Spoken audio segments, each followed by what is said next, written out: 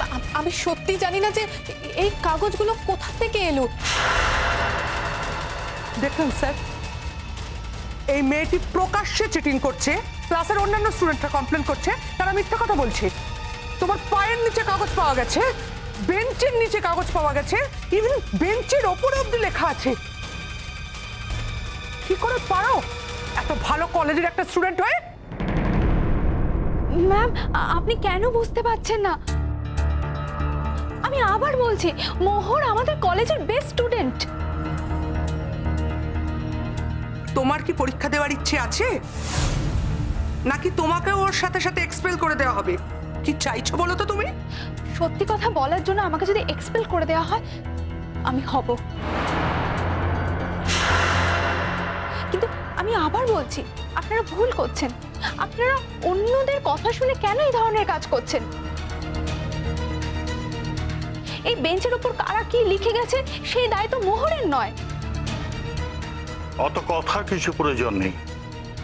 ও যখন চিট করছে তখন ওকে প্রিন্সিপাল রুমে নিয়ে যান। স্যার প্লিজ স্যার, আমি কিচ্ছু করিনি স্যার। তোমার ক্লাসের অন্যান্য ছেলেমেয়েরা তো এখানেই আছে, তারা বলছে তুমি করতে পারো। আর তোমার এক বান্ধবী সে বলছে তুমি করনি। তার মানে ও তোমার পাশে আছে আর তুমি ওকে হেল্প করছো। না স্যার, আমি ওকে হেল্প করিনি স্যার। আপনি দরকার পড়লে আমার কলেজের স্যারেদের ফোন করতে পারেন। আর আপনি আমার চিটিং করার কোনো প্রয়োজন পড়ে না স্যার, আমি চিটিং করিনি।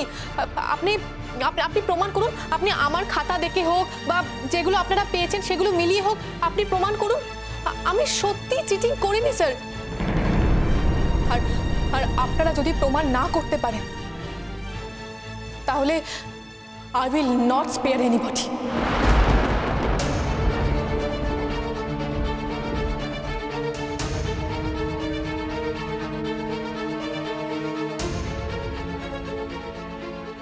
দেখেছেন স্যার, মেয়েটার কত বড় সাহস। সাহস তো সবাই ধরে রাখতে পারে না ম্যাডাম। ওর সাহস আছে কারণ ও অনেস্ট, ওর লেখাপড়ায় ভালো। ওর খাতাটা ক্যান্সেল করার আগে না ওর ট্র্যাক রেকর্ডটা একবার চেক করে দেখবেন। এই মানসী, তুমি এখানে একটু থাকো তো, আমি মেয়েটিকে প্রিন্সিপাল রুমে নিয়ে যাচ্ছি। আর ওদের কলেজ থেকে কেউ এসেছে তুমি জানো কিছু? বলতে পারবো না এখন এসেছে কিনা, তখন তো কেউ ছিল না। ঠিক আছে, তুমি গার্ড দাও, আমি আসছি। আসুন স্যার, আপনি কি আসতে চান? আসতে তো হবে। এরকম একটা ঘটনা যখন ঘটেছে আর মেয়েটা এত বড় বড় কথা বলছে, তখন ও যাতে পরীক্ষায় বসতে না পারে সেই ব্যবস্থাটা ফাইনাল করতে হবে।